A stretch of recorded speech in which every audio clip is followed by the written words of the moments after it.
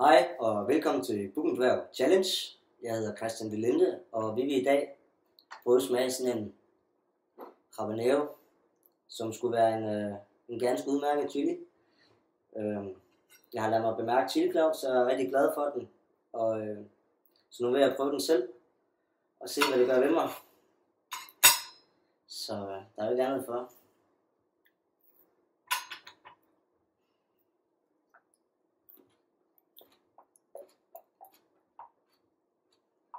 Meget fin og rund smag. Og du mærker, at det kommer rigtig stærkt. Det er meget hot.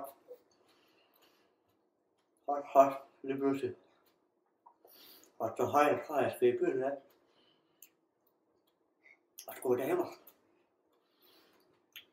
Skal jeg mærke, hvad jeg rigtig godt god for. Ud at spænde mine stærke muskler. Det kan klart anbefales til folk, der skal sætte gang i det om morgenen eller et eller andet.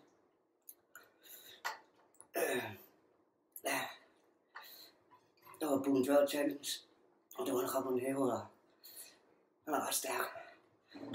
Nu er jeg ude og skåre damer.